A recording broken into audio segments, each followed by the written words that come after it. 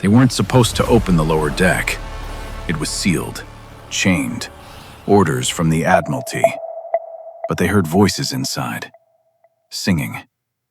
6 sailors went down. None came back up. Only the singing did. North Atlantic, 1847. The HMS Marlin, a mid-sized British transport. Routine supply run to Bermuda. Crew of 28. Weather, clear. Cargo, classified. Lower hold, sealed with iron crossbars. And then, 3 days out, the voices began. It wasn't screaming. It wasn't talking. It was singing, in perfect harmony. Children's voices, from deep below. The captain ordered no one to respond, but the men couldn't help it. One sailor, Jenkins, stood outside the hatch all night. He whispered back, smiled while doing it. They found him the next morning, naked, face pressed to the iron, whispering with no tongue. That night the hatch creaked, even though it was still locked. Someone, or something, was pulling from the other side. One guard swore he saw fingertips through the gap, but when they opened it to check, nothing, just wet footprints, leading toward the captain's cabin. Captain Hale stopped sleeping. He nailed his bunk shut from the inside, issued orders through a slit in the door. He wrote one message on the ship's wall. If you hear them, you've already let them in. 3 more men went missing. One was found stuffed inside a cannon. Another hanging upside down in the crow's nest, with his own journal sewn into his chest. On the 6th day, the singing changed. Deeper voices now, slower, and all of them sang the same thing. Below, below, we've waited long enough. By the 7th day, the sea turned still, no wind, no movement, just the ship floating, and the sound of chains breaking from within. Captain Hale rang the final bell himself. He left 1 page in the logbook.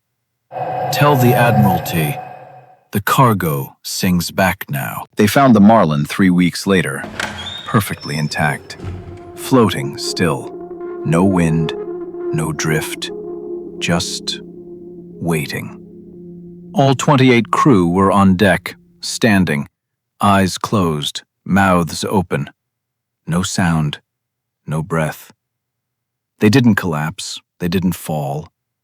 They looked like they had frozen mid-step, 1 hand raised, 1 leg forward. Every man caught in the act of walking, then stopped. The rescue crew boarded, no resistance. The ship was silent, until one of them stepped below deck. Then it began. Voices, all of them. The Marlin's crew, each one calling to someone they loved, each one speaking as if they were still alive. And underneath, the sound of chains dragging. The lower deck was flooded, but not with water, with salt, pure salt, dry and warm. And in the center, a hole, perfectly round, descending into black. They dropped a lantern in. It fell for 5 seconds. Then it stopped mid-air, just hung there. And then it rose back up. But it was no longer a lantern. It was a heart, still beating. One rescuer screamed. He knew that tattoo. It was his brother's, buried 2 years ago. They tried to flee, but the Marlin had moved.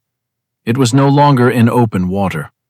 The fog had closed in, wall-like, and the ocean beneath them felt solid, like ice, but alive. Their own ship, the Elton, was now empty. No crew, just 1 logbook left open.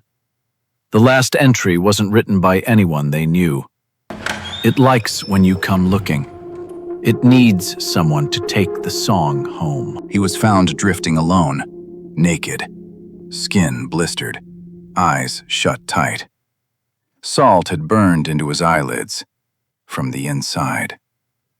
A lifeboat from the Elton, 60 miles off course. No oars, no sail.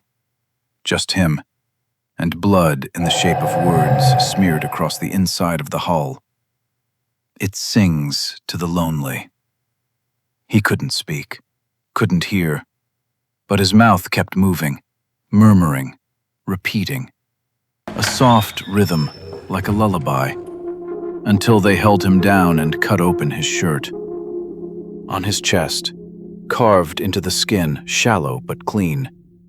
Sleep now, you're home. And beneath it, smaller lines, names, not his. Names of his crew, every one of them, including himself, last. The surgeon passed out. When he came to, the man was already sitting upright, eyes wide open, staring. And then he sang, but not in his own voice, in 12 voices, all at once, all familiar, all pleading. One voice begged for help, one told a joke, one laughed like a child, and one whispered, "You've heard it now. That means you're next." He died at 3:17 a.m., peacefully, still smiling. But when they removed the body, the salt from his eyes remained on the floor and kept shaping letters, like fingers were still writing. They locked the room, but the next day, 2 nurses were missing. Only their shoes remained, and the words written across the window in dried salt, "Below, below." They held the inquiry underground, no public record, no press, no survivors allowed to speak. The report was marked, "Closed, Maritime Psychological Contagion." They brought the body to Fort Elmsworth.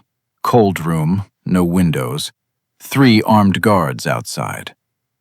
But when the coroner opened the chest, his nose bled, his ears bled. Then he smiled and started humming. They played back the autopsy recording. For 7 minutes, it was silent. Then, from inside the tape, a single voice whispering, "It's not a song. It's a name." That night, the lead investigator burned every copy, but not before making a transcript. He sealed it in an envelope marked, "Do not read aloud." The Admiral insisted on hearing it, out loud, word for word. They say he stopped breathing mid-sentence. Eyes rolled back, and he muttered, "She sang that to me before she died." They lost him. Not his body, him. He wandered the base for hours, speaking only to walls, and once to the ocean, even though they were 70 miles inland. They tried to sedate him, but his blood had crystallized, clear white granules, salt, pure salt, not human. The next morning, his uniform was folded neatly on the floor, and across the inside of the window, again in salt. "You opened it. You finish it."